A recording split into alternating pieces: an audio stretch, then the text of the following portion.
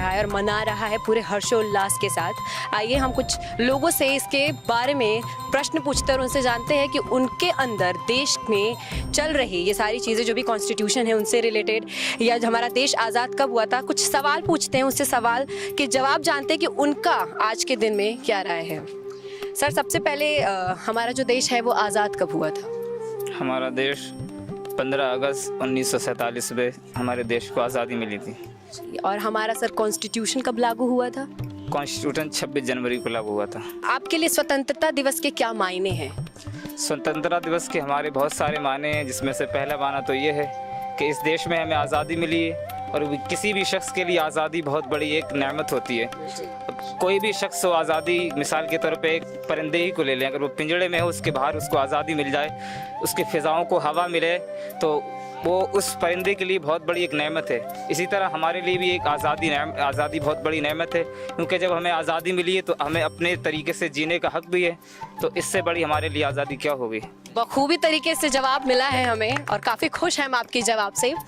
Sir, दूसरा question हमारा आपसे ये है कि हमारे जो सुभाष चंद्र बोस हैं या फिर भगत सिंह जी हो गए, रानी लक्ष्मीबाई जी हो गई, और भी हमारे कई सारे स्वतंत्रता सेनानी हैं जो देश को आज़ाद कराते कराते लड़ते लड़ते शहीद हो गए। उनके बारे में आप कुछ कहना चाहेंगे हमारे देश के नागरिकों को?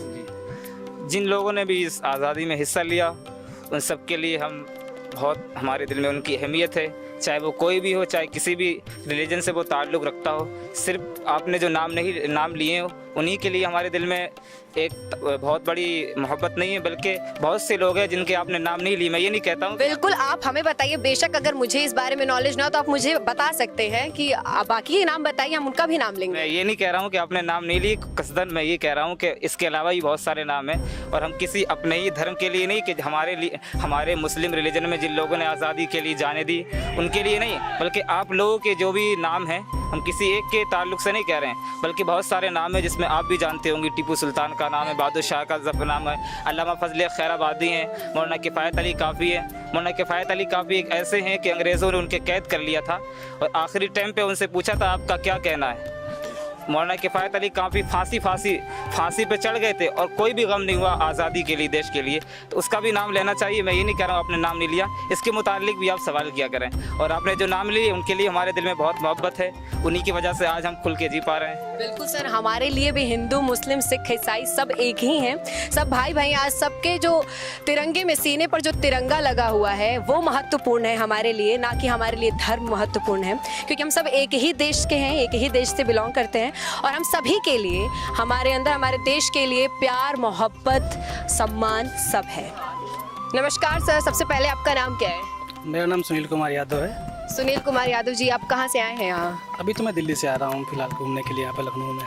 तो अब दिल्ली से लखनऊ आए हैं, और मतलब दिल्ली में 15 अगस्त कैसे सेलिब्रेट किया जाता है, इसके बारे में कुछ बताना चाहेंगे हमें? वहाँ पर 15 अगस्त बहुत धूमधाम से सेलिब्रेट हो रहा है, कोई मतलब ऐसा नहीं है। तो दिल्ली में जिस तरीके से सेलिब्रेट होता है, और हम जहाँ अभी मौजूद है जैनेश्वर मिश्र पार्क में, वहाँ हम देख रहे हैं झंडारोहण हुआ है, वहाँ और यहाँ में कोई अंतर दिख रहा है आपको सेलिब्रेशन में, या